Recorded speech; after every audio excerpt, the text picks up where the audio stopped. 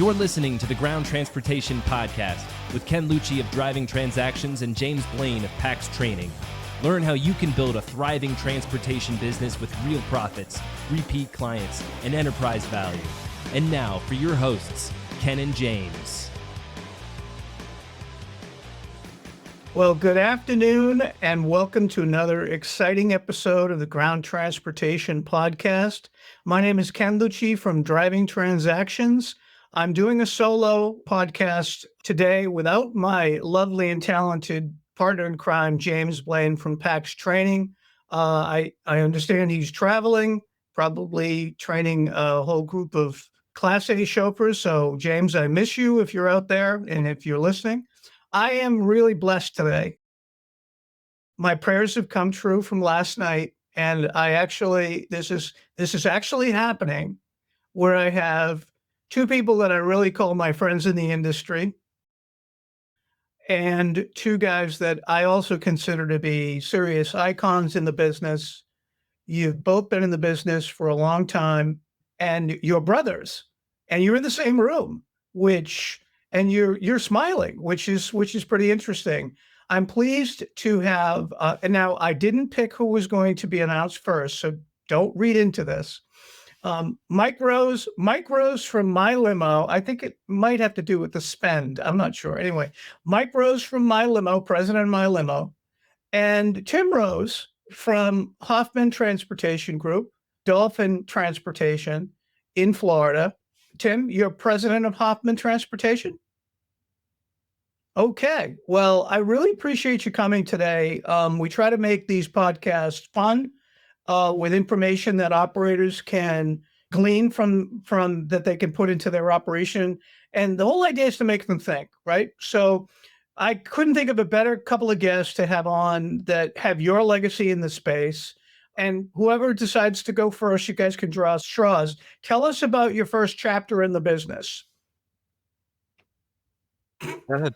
Well, we our family was in the leasing and rent-a-car business, Ken. And while during college, I worked for the family business in the rent-a-car space, and we used to deal with a lot of corporate accounts in the Meadowlands area where we were in New Jersey, and it was a good opportunity at that time to build up that leasing and rent-a-car business. And this was really before enterprise was prominent on every corner like they are now. So that business was fairly successful, and during college worked there doing different positions. And then we used to get a lot of people requesting to pick them up and drop them off at hotels locally and for the rent-a-cars. And then, later on, people would ask us to take them to the airport because they couldn't find transportation. And we started looking into that. And one we found was that there was, an opportunity on the transportation side in New Jersey's ripe because there's a lot of, big corporations, headquarters, pharmaceutical companies, and other things. So we were very successful at going to some of those companies who we had rented cars to, and trying to see what they did, and they all used taxi services. So they were pretty happy to have a transportation company that they could use that was more professional than what they were used to. What year was this, roughly? Early 70s. No, my brother started the rent-a-car business in 1979, but this was in 1985 during college. So it's 40 years for me. Wow. Mm-hmm. And Mike, when did you join the family business? So, in the early years, probably during, college or during high school, the summer times I would spend at the business, whether it was cleaning cars, fixing up things around the office, et cetera. And as Tim said, it was only, a car rental company at that point.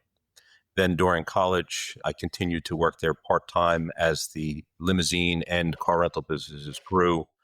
And then eventually to a full-time position overseeing and managing the car rental division, where we grew that to multiple branches. And I think we had 450 rent-a-cars at the final stages before I left the company. And Tim, when would you say the limousine side of things took off? What we discovered was that many of those corporations we were doing business with on the rent-a-car side, the Panasonics, the Hoffman LaRoches, the Becton Dickinsons of the world, they were, they would get some, rent-a-car replacements, but on a daily basis, they were doing, 5, 10, 15, 20 rides to the airports because these were their headquarters. And so the activity was significant compared to just the rent-a-car business. And they complemented each other because they were happy with our service on the one side. And I can remember like it was yesterday, walking into the office and them handing me an envelope with 30 trip tickets in it. And the old man said to me, he said, "Take this envelope, kid, and don't screw it up." And he says, "You'll have a big opportunity." And I went back to the office and I shared it with my older brother, and I said, "I think we hit the jackpot here." And that's kind of how it took off. And we went from there. We joined a program called Club Chauffeur, which was a diners club program through a network. And in that network, everybody had one car and was the driver. And we had a pretty significant, fleet of, passenger vans, all different types of vehicles. And we said to them, if we have more than one or two drivers, could we put them on the network as well? And they said, sure. So through that Club Chauffeur program, we started to get, kind of consistent work. It helped fill in the gaps. And that really was helpful. We did anytime they needed big things done, we had, 15 passenger vans. So they'd call us and say, we need, 5 vans for the Prince, concert at Madison Square Garden for 10 days. And we were the only people in that network at that time who were able to provide that, type of transportation. And the name of the company? Garden State Leasing and Rent-A-Car, and then, Garden State Limousine was the transportation company. When did it become, or tell me the transition between Garden State Limousine and Flight Time? So in 1997, I guess there was a transaction that was contemplated between Precept Business Systems that was going to buy Garden State at that time, and my brother wanted to sell the transportation business. At that point, that summer, I left the business, and all of the people reported to me as well as all the customers. So we had a pretty good opportunity there. I didn't want to be part of that transaction, so I went off on my own, and I bought half of Flight Time to continue what we had been building. Now, when did Mike join you at Flight Time? So just to take a step back, so I was at Garden State, with Tim for those many years, and then I left prior to him. So I left, probably a few months prior to him. And then I took a sabbatical from the ground transportation space and went into emergency dispatching and managing 911 centers. So I was at the state police in New Jersey, and then a local police department in New Jersey. So I was overseeing all the communications and 911 centers and staffing for those facilities for probably about 10 years. So I took a 10-year sabbatical. I think I joined Flight Time in 2005. 2005, yeah. Yeah. So let's just stop there for a second. How would you say your experience on the emergency services side and dispatching has helped you in setting up the dispatching and logistics department at My Limo? I know it's you guys have. I've been there. I've seen the multiple screens, the many screens. Tell me a little bit about the commonalities between those two things. Well, I think, the first thing is you have to have, seamless communication. And obviously you have to enable your teams with the technology and the tools that are available. And one of the things, that I learned from my dispatch experience, especially the state police, where we were in a dispatch center, which dispatched, the entire northern half of the state of New Jersey. We answered a couple million 911 calls a month. So we were operating in a dispatch center with, 10 or 15 dispatchers on a shift with multiple screens, lots of technology around us. So that was really, when I wanted to, build this office space here for my limousine, I said, I want to give the tools and the technology that my team needs to really do the job effectively. The days of dispatching from, when we first started, we had paper trip tickets and we were moving them around on a pegboard. Sure. You Sure. completed trips moved down to the bottom and, assigning the next day's work. Those days are over. Everything is now, technology and app based. So my dispatchers have a Samsara screen on where they're watching the telematics. They have the Santa Cruz screens. They're using, flight tracking software. They're using text messaging software. So at any one given time, if I go into my dispatch department, I look at my dispatcher's screens, he could have 15, 20 tabs open up on a web browser. So by giving them 4 screens or multiple screens, it allows them to move those windows as they see fit and really do their job more effectively. So I think that's really the key, takeaway from the emergency dispatch side of it is having the technology and the tools available for your dispatchers to make the job easier. Well, the other thing I noticed when I was there is it's an incredibly sterile environment and it's quiet. The days of, Louis in the cage from Taxi Cab are over.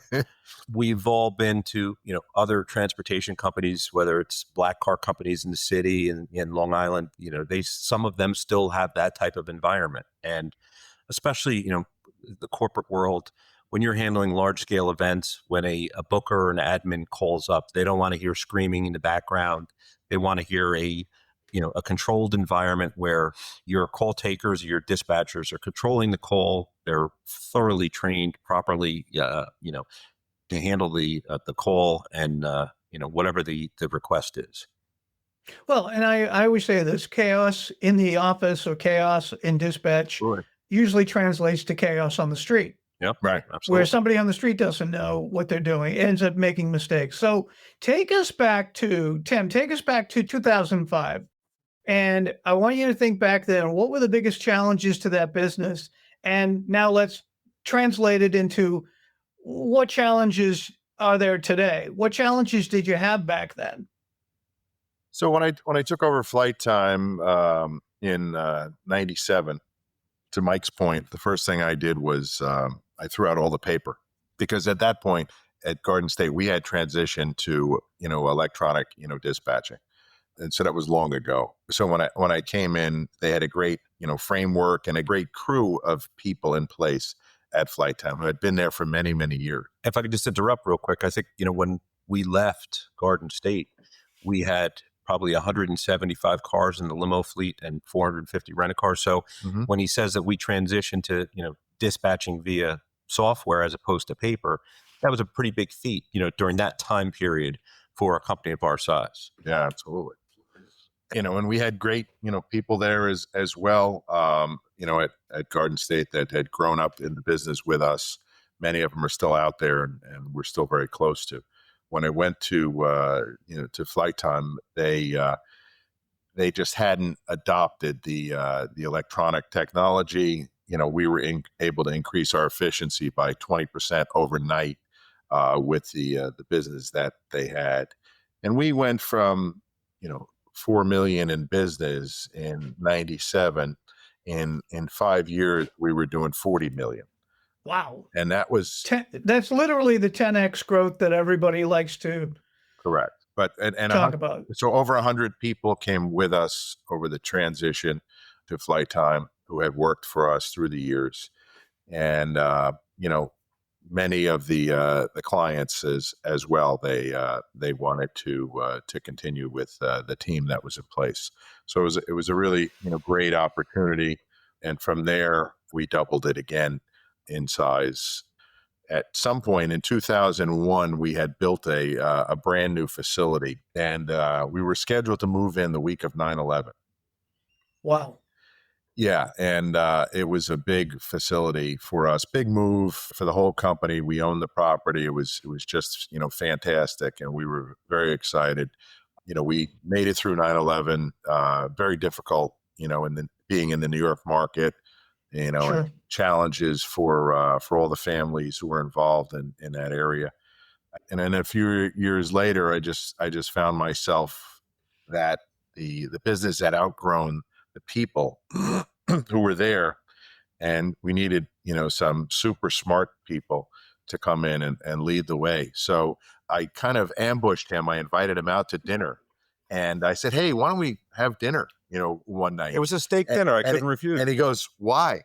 I said, "Well, it's just your brother. I want to take you out, and have you for dinner." So I'm telling him about some of the issues, and he goes, "Yeah, it sounds like the transportation business that I left." I said, Yep. "No, it's so much better now. It's been 10 years, and we need a super smart guy to run it for us." And so it took a little cajoling, but finally, he came along, with us, and What function? What initially came in? operations, manager, where he was able to help us, lead the operations side, because, Mike's forte is operational excellence, as well as, as you pointed out, all the technology and the adoption of that and the best ways to do it. So he's very process driven, and that's something that we really needed at that time. Yeah, and one thing, he had a great team in place already, and a lot of them were legacy employees from the prior ownership. So he was obviously concerned about bringing in his brother or somebody new over those folks. So, I came in at a lower level, but I was able to, win those people over, and obviously they understood, what we were trying to do to help improve process, build the business, bring better technology. So I think, when I joined, we had the one location, and then, by the time it was sold, we had 6 different locations around the country, 6 different branch offices around the country, which we had all. How big did you grow it from? So the legacy business was your father-in-law's business, correct? Correct. And that was, at that time, it was a $4 million operation. Right. And then how did you get it to 40 million? What strategies did you use? What do you think, if you had to point to the top 3 things that allowed that exponential growth, what was it? I think it's all about the people. It's all about the people, and the only thing that ever differentiated us, was the great people who were part of our team. And that was definitely, the differentiator. Everybody's got shiny cars, and Everybody. different technologies and things like that. And the people who care and will go the extra mile for the customer are really the most important piece of the puzzle. And like I said, 100 of them from the original company came with us, from the chauffeur pool all the way up to the dispatchers. And that was the key. I think when you look back at, those early 2000s or mid 2000 years, the thing that really differentiated us was customer service, and the fact that we never said no. Mm-hmm. And whether it was handling an event, whether it was specialized billing and reporting that you wanted, if our software didn't have it, we built it. Mm-hmm. There was never a no to our clients. And that's what clients liked about us. In addition to, beautiful cars, great chauffeurs, great people answering the phones, it was our ability to say yes and deliver whatever they needed. That really helped differentiate us. And I think that's what our clients would say. It was funny. I had a call the other day with one of our top VP of sales who had worked for us, and we had a discussion the other day, and such a great guy. And I was talking to him, and he said, "I can remember coming out of sales visits with clients, and there'd be 3 people from the team there along with me, and they'd look and they'd say, 'We can do that,' and I say, 'Well, don't worry, we'll figure it out.'" And that was what we did. Yeah, and there's a lot to that. There's a tremendous amount to that I think a lot of companies have forgotten. the customer does not exist to live by our rules or to bend to what operationally is convenient for us. The ability to say yes in the service business, I don't know why that's an anathema to so many companies, but it seems to be. If unless it fits into their definition of convenience, I don't know how they survive. The ability to say yes, we can is the difference between good and great to me. It's totally the difference. You hit upon something. Everybody, and I see it all the time on Facebook. We see it all the time on Facebook, and we laugh about it together. Is, oh, I got a brand new Escalade. It's 118,000. I have a brand new Sprinter. I just paid 208,000 for. Well, whatever the case is, and at the end of the day, I submit to you, and you tell me whether you agree with this. A 3-year-old Escalade with a fantastic chauffeur and a company that says, yes, we can do this. Don't worry about it. We've got you covered every time. That beats out a brand new vehicle that came off the lot and a so-so chauffeur and a so-so customer experience where, the person's asking dispatch. It just doesn't, to me, that's the difference between good and great. That's the difference between just a so-so level service and top shelf 5-star customer service. Mm-hmm. It's funny you mentioned, the vehicle type in those more expensive vehicles. When the Lincoln Town Car was being decommissioned to end of life by Ford, we started switching and looking at different vehicle options. So we tried a prototype or a beta test with some Chrysler 300s. We did it in our Philadelphia market and ran them all in Philadelphia. And we sent out surveys, client surveys after like 3 or 4 months. And we said, we're transitioning vehicles. What do you think about the new vehicles that you've been experiencing in the Philadelphia market? If we were to transition to these, full-time in all places, what do you think? And I think we had 4,000 respondents who said, I don't care what you pick me up in, as long as the vehicle's clean, the chauffeur knows where he's going, and they're on time. So those 3 factors, in addition to, the quality customer service when they're making the booking and the correct billing on the backside, those are really the factors that drive your business and really define what customer service is in this business. And no pushback. Sometimes I'll walk into a dispatching department, and the dispatchers is probably, I think you'd agree, one of the most hectic positions in the company if you let it be, if they let it be, if that's the culture. If the culture is more towards, Louis the taxi dispatcher, than traffic control, ground control type thing. But I see some dispatchers pushing back with clients on the phone. And I think they lose sight. Yes, your job is about logistics, but your job is also, more importantly, about managing customer expectations. So you're in one of the busiest trafficked areas in the country. I mean, how do you deal with a car that you think is not going to be on time? How do you save the reputation when the vehicle things are not going as well as planned? I think for the New York market, the advent of telematics has completely changed that game. So Yep. When we started dispatching years ago via paper without GPS, we were relying on Tony to tell us how far he was from Newark Airport. And hopefully Tony was giving us an accurate ETA, or the client Right. would be very upset. Today, Right. in real time, we can check that, through a variety of systems. We have, our primary telematic system, Samsara, that we're utilizing.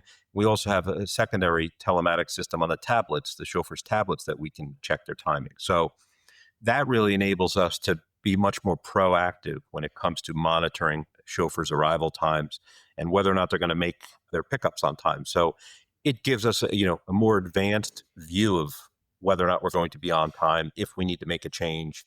And having a larger fleet, obviously that helps you be able to move the puzzle pieces around in the event of a potential service.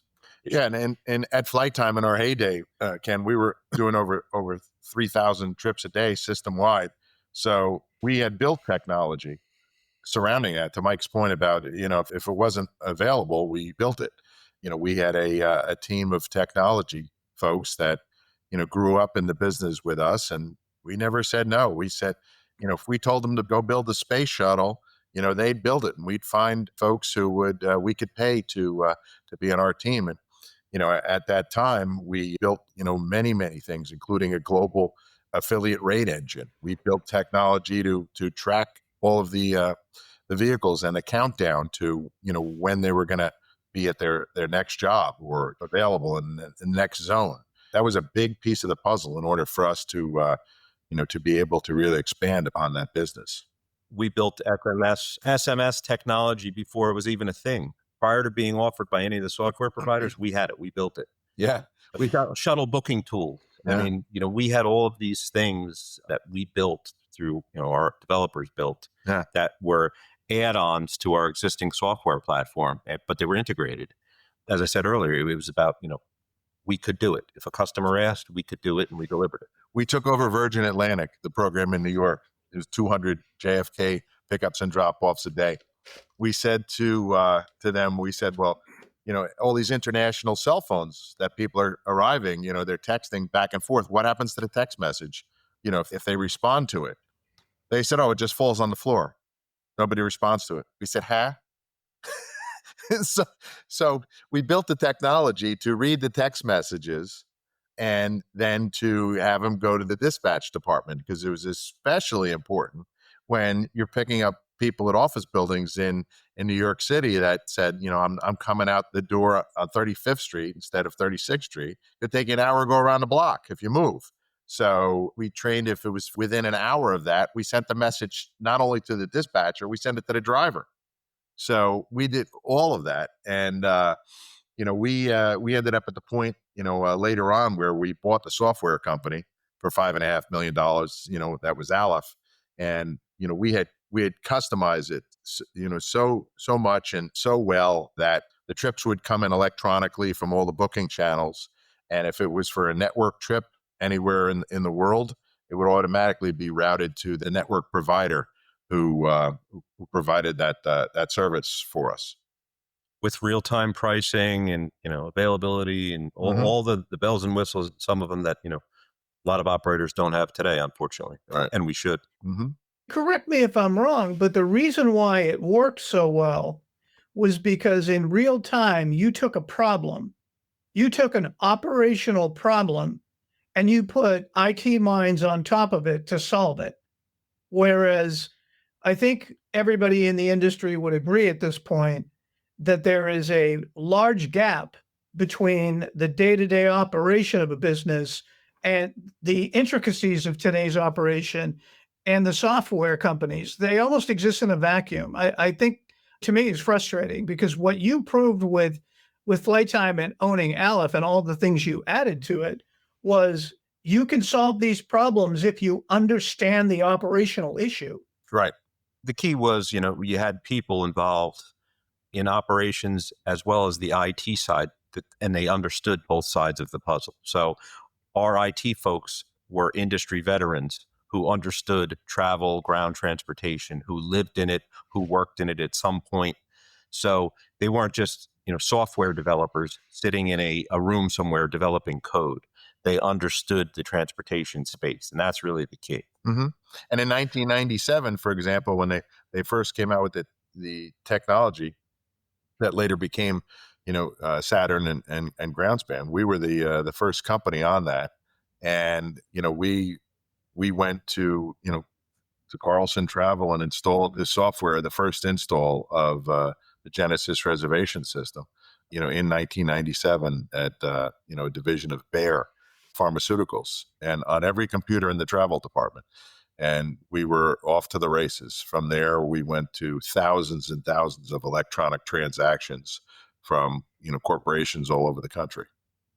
So flash forward today, what do you see as, the reason why I wanted you both on here is there are not too many people that had successfully gone from several chapters and done really well, hit it out of the park, and then had a chance to be at the helm of another ship and do it again. Now, in Mike's case, and I hear it out in the marketplace, my limo was a nice sleeper of a company.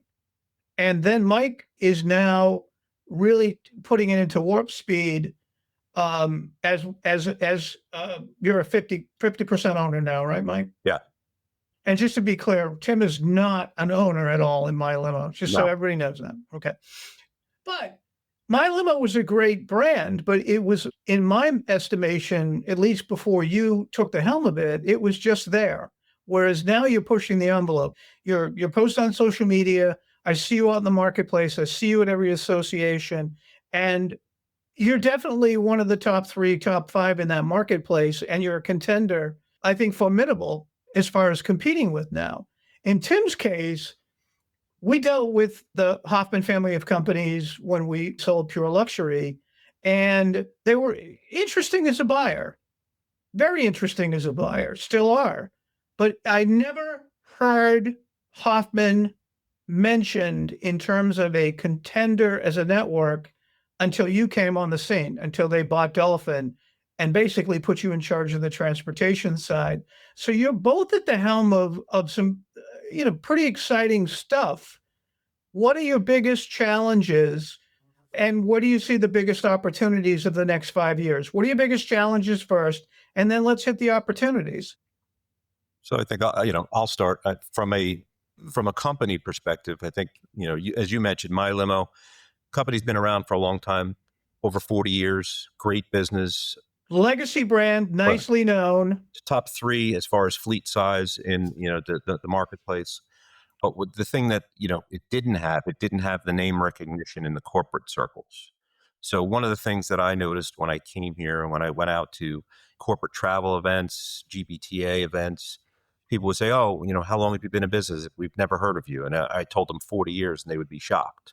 So we've really focused on brand recognition and getting our name out there, spending a lot of extra dollars on advertising and marketing. As far as industry challenges, I think regardless of what market you're in, the largest challenge for any of us is insurance at this point. Yep. And beyond that, I would say is technology and being able to keep up with technology. I think we're behind the 8 ball as it relates to technology, and those two are really the key factors. And again, I think it's a nationwide problem with unlicensed operators taking share of market from us. So we have to work twice as hard to deliver the same amount of trips and revenue that we did 5-10 years ago. So, again, customer loyalty, delivering that great customer experience is key, and being in front of people, top of mind, because if we're not top of mind, somebody else is going to be there to take them to the airport. So 100%. Staying top of mind and making sure they know everything that you do. I had a conversation with an operator the other day that we've kind of ushered him into the motor coach space. And we did an analysis for him and said, look at your top 20 clients.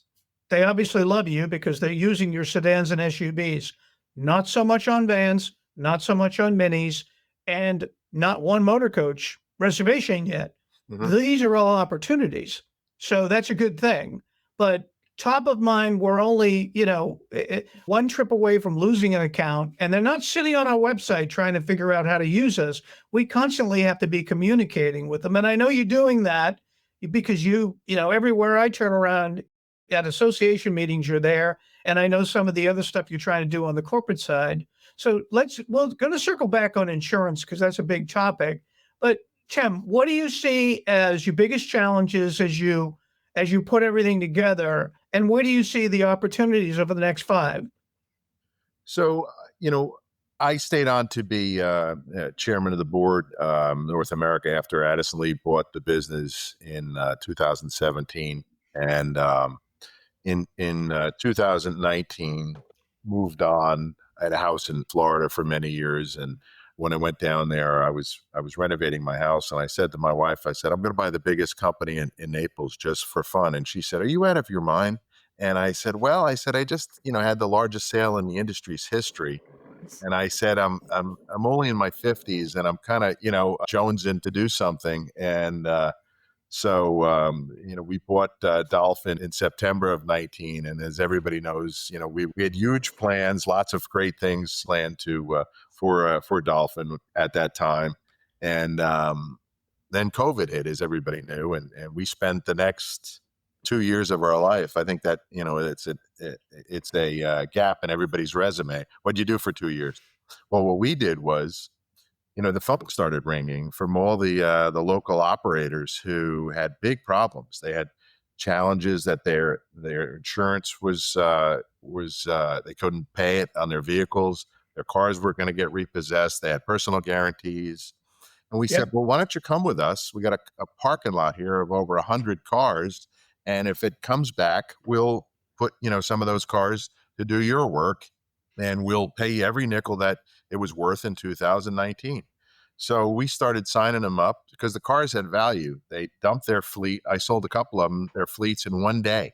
Some of them had 20 cars. One check, was written, and they were happy to get out of it. And we put together a deal there with 6 or 7 companies.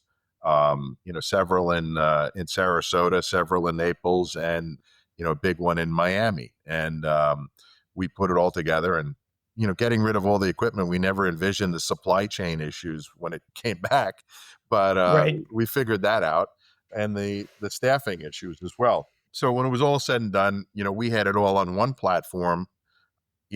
We took the time to integrate everything so that we're Baskin Robbins on the front end, but on the back end, it's all completely seamless.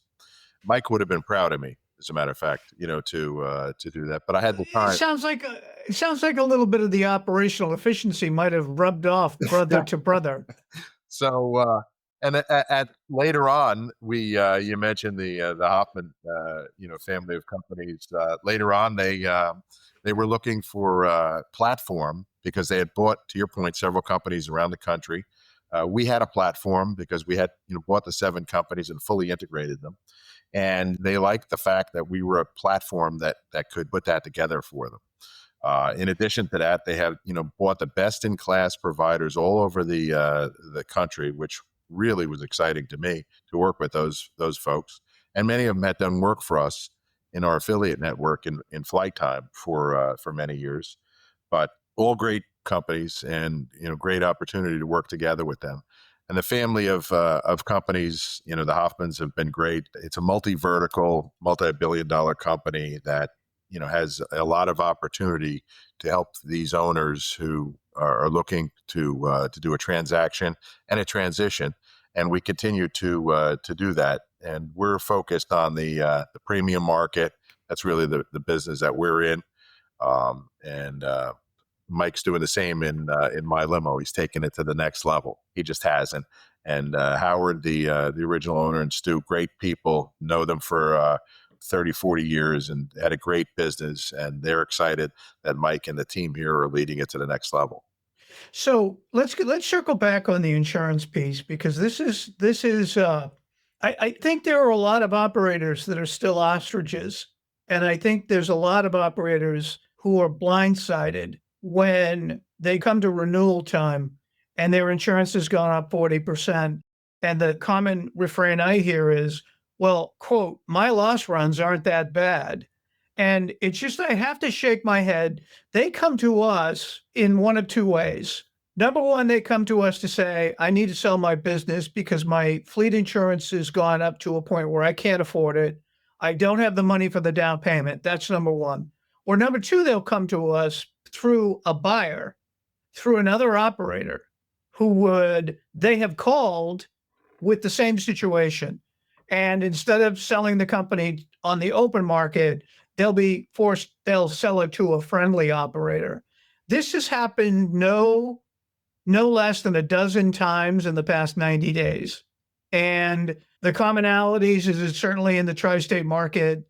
We're seeing it in the Florida market. We're seeing it in California, but we're also seeing it in Michigan. So I think people are still not grasping that this is somebody else's problem. No, it's not. I actually have a client that was in a captive, and his loss runs were, quote, not that bad, but he got kicked out. He basically, in my estimation, took the eye off the ball. So how do you create a culture of safety, and how do you mitigate against the catastrophic accident or the catastrophic event? How do you instill safety into your operations? So I'll start. So one of the things that's it's really interesting. I was just reading a report that's going to be published shortly regarding insurance in our industry. And one of the stats that just made my head shake was only 46% of the folks in the industry are utilizing cameras and telematics. So probably in 2002, we started using the early drive camera systems. Yeah. Okay. Yep. And the immediate return on investment was amazing. Oh my God. Not only, phantom damage to the vehicles, wear and tear and maintenance on the vehicles, but also having that view of what actually happened in the accident, stopping the he said, she said. So, as an industry, we have to do better, because if only 46% of our industry folks are using cameras, that's a real problem. Yeah. And until we get to 100% adoption as an industry, we're going to continue to have an insurance crisis. So the losses, the catastrophic losses that you talk about, they are certainly increased by the lack of telematics usage. They're increased by these nuclear verdicts and the tort reform that needs to happen in these key markets. When you drive through, whether it's New Jersey, drive through Philadelphia, Florida, and there's a billboard every 600 yards for another personal injury attorney, that's a problem. And we've talked about it as an industry and all the different associations. It's a state by state issue. It needs to be tackled on a state by state issue. But on a national level, something needs to happen, because it's putting people out of business every day. Yeah.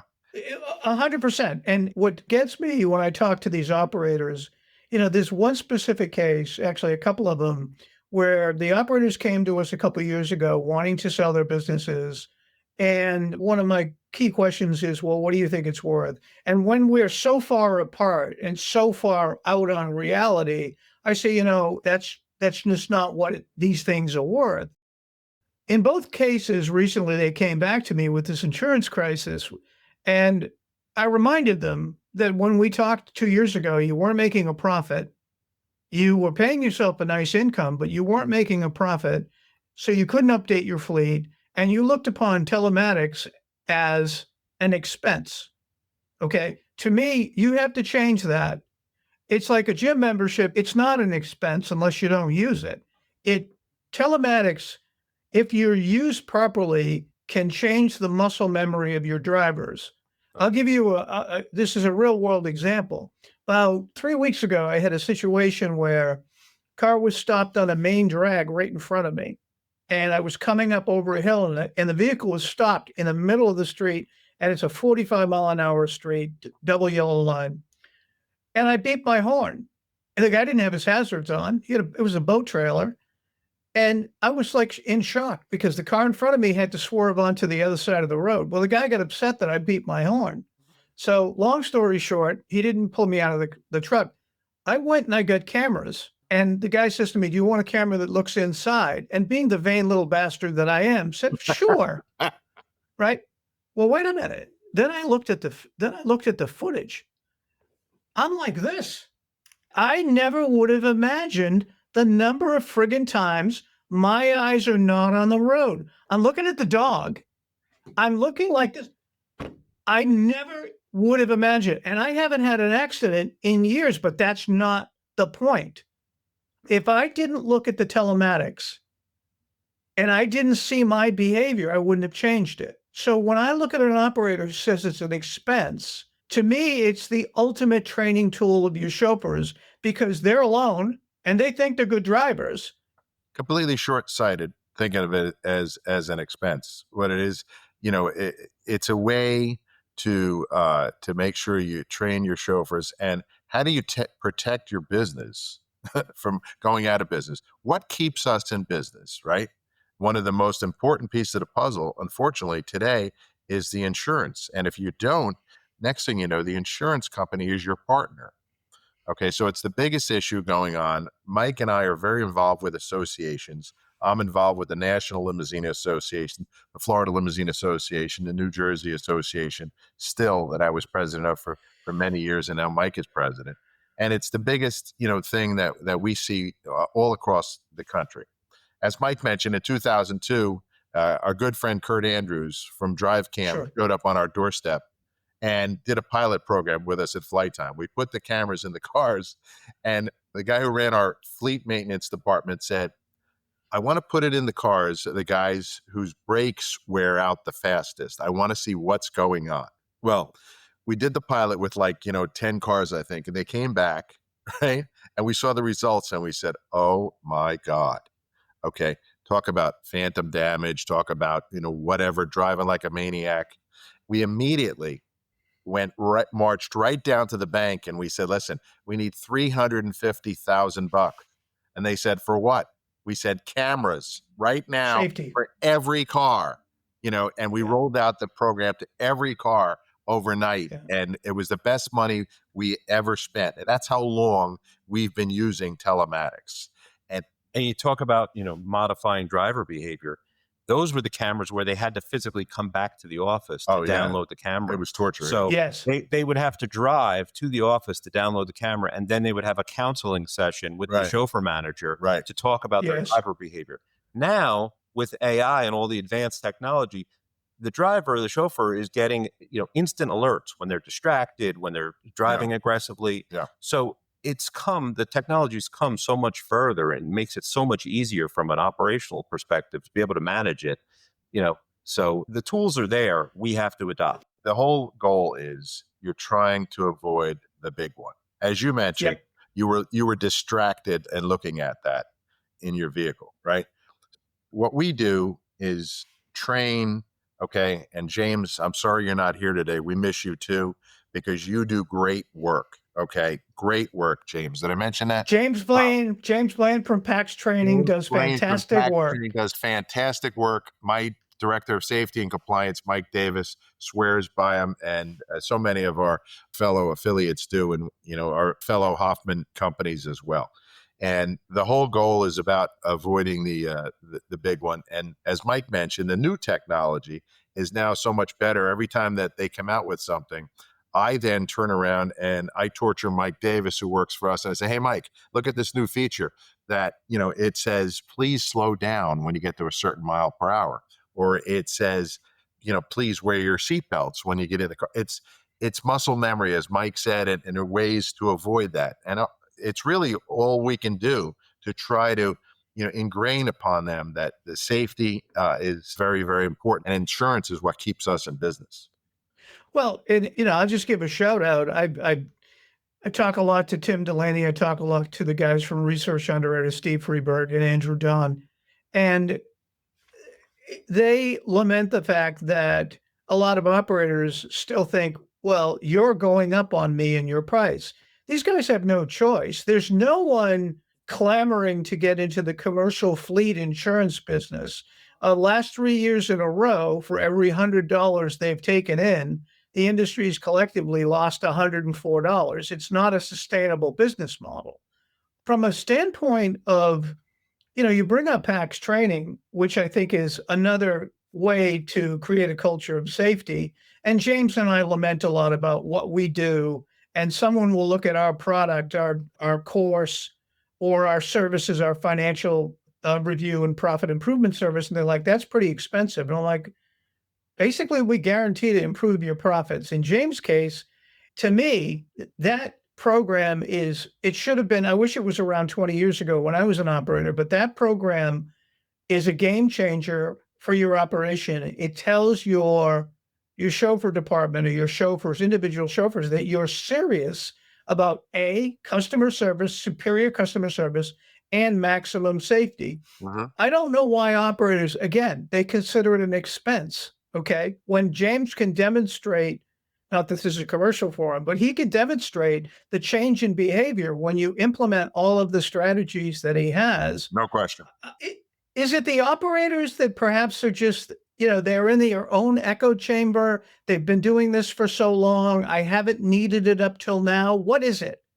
So I if you go back 20 years to Tommy Mazza's training videos, God bless him, and you look at where it's come, and now it's, the PAX training program, which, Bruce and James have built. So it went from, how to be a chauffeur to how to be a safe chauffeur. And that's what it's about. It's about it's an all-encompassing platform that, provides that safety culture for your new employees. And I can tell you from a My Limo perspective, after we implemented, PAX, we saw immediate immediate improvement in service delivery, safety, quantifiable increases in survey scores across the board. So it was fantastic. Yeah. So you have to live it. It's, again, safety, culture is something that, is across the board in your company, and you have to live it. But for folks that don't adopt these platforms, whether it's James's or someone else's, you have to talk to other operators, see what they're doing, and talk to people that have adopted, and say, where have you seen the return on investment? Because we've all seen the return on investment. So that's really the key. If you're using it. If you're using it. Absolutely. Yeah. Sadly, most of them react when it's too late or the challenge is already, on their doorstep. And, that's those are probably the people that are talking to you about, how do you, get out of those situations. But you're right. Folks like Tim Delaney has done a lot for the industry. His dad, they insured us for many, many years at Flight Time. Great company at Lancer they were pushing cameras 20 years ago. They were giving us the cameras. They were offering the cameras, for that, and they were, ahead of their time. And they also had a fantastic, department that subrogated against people who hit you. So there was really great company there to work with, and we've solved that problem at the Hoffman Transportation Group, for the moment by having our own captive. So that's one of the commitments the family has made for the 150 companies that they own in the multi-vertical space. Is the fact that they set up their own captive, which is fantastic. But you can't maintain the captive unless you are maintaining maximum safety. Correct. Absolutely. Absolutely. And to me, it's the ultimate competitive differentiator as well. Did you both see the situation where the Uber driver basically cold cocked that CEO down in Charleston? Incredible. Oh, yeah. Incredible. Okay. Well, one of my clients gives that guy rides to and from the airport, but, for local trips, I understand he uses Uber. But at the end of the day, safety is our ultimate differentiator along with quality service. And if you're delivering so-so quality service and you're delivering so-so safety, you're really no better than the lowest common denominator competitor in your market. Right. I was thinking today, I'm walking into the place that I have lunch at, and they get a lousy health score, and the health department score got plastered on the front. And they have to keep that up there for 30 days. And I know the owner. He's a local guy. I like to do business with him. And he bought the franchise. And I said, listen, what the hell happened? He said, well, we had a situation, with a cleaning company. I said, well, you got to straighten that up because no offense, I'm buying it today, but I'm not buying it tomorrow. If we had to post a safety score on every one of our vehicles, and so did the TNCs, I think you'd have a completely different market. Yeah, as you saw from the NLA posted that news article that came out regarding the assaults. It's much more pervasive than just that one that you saw that was all over the news, and it's sickening. And fast and cheap is not the way to go through life, and to protect yourself from danger. And unfortunately, that's some of the situations that have transpired because of the advent of these TNC companies. No question. But, you guys have made significant investments in your businesses. Where do you see the opportunities over the next 5 years? I think the opportunities are going to be in the group transportation. Obviously, we're looking at whether it's, AVs and robo-taxis. Obviously, you got to keep a close watch on that and see how that's going to change our industry. So we'll see what the Chauffeur of today becomes in the next 5 years. But I think larger group transportation is going to continue to thrive. And, again, adoption of technology. We need to advance in technology in order to stay competitive and to stay relevant. Agreed. And I think that, it's a premium service, and in the premium market, I think, there's still a lot of opportunity for growth, as we're seeing. I think that a lot of the things that are going on in the marketplace will get settled regarding, tariffs and things like that. But the premium marketplace, as well as the meetings and events marketplace. There's a lot of that going on. We lost half of the motorcoach companies in the U.S. during COVID. Yep. And the supply chain to rebuild that pool of vehicles also is an ongoing challenge. And, they're subject to tariffs as well because they're not building them in America. So that's, something that's, on a lot of people's radar as well. As it continues to grow, we think it'll be an area for growth for all of the premium operators. I agree. 1,000% agree with both of those sentiments. I think that the larger vehicles and the larger group moves, first of all, there's absolutely market insulation when you're dealing with the top 1 to 2% of the travelers in a private and the best corporate travelers. And having the diversified fleet that takes you from the sedan SUV all the way up to the motor coach and the ability to do high touch group and meetings, the ability to execute on any ground move is the key, and that's your protection. If you're obsessed with the low price airport ride, or frankly, if you're obsessed with being the low cost motor coach provider, you're going to lose. Mm-hmm. There is a commonality, and we never get into this to have the data that we have. And, shout out to my business partner who's an absolute genius of his generation. When we were talking this morning, I said, client asked us about a piece of data, and we had like 19, 20 data points that we could share with them.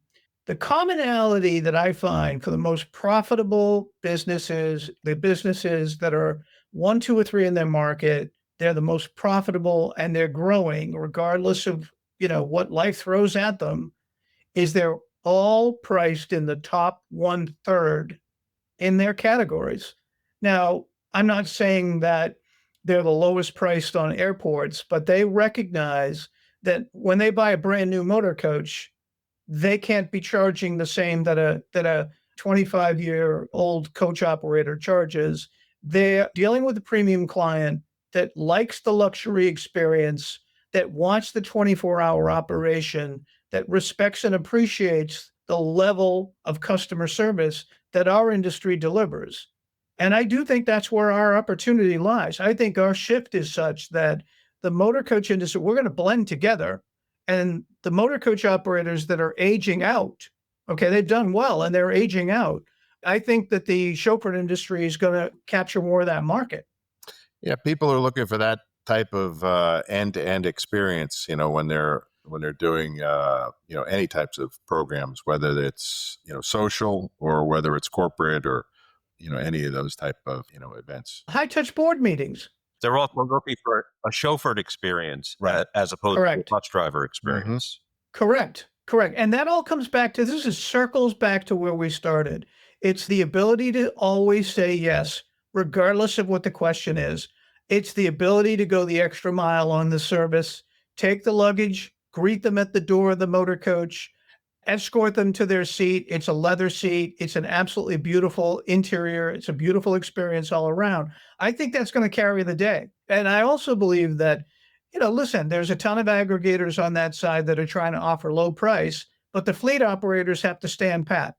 I'm not putting my $500,000, $600,000 vehicle out for $99 an hour, $150, whatever it is, because you've lowballed the client.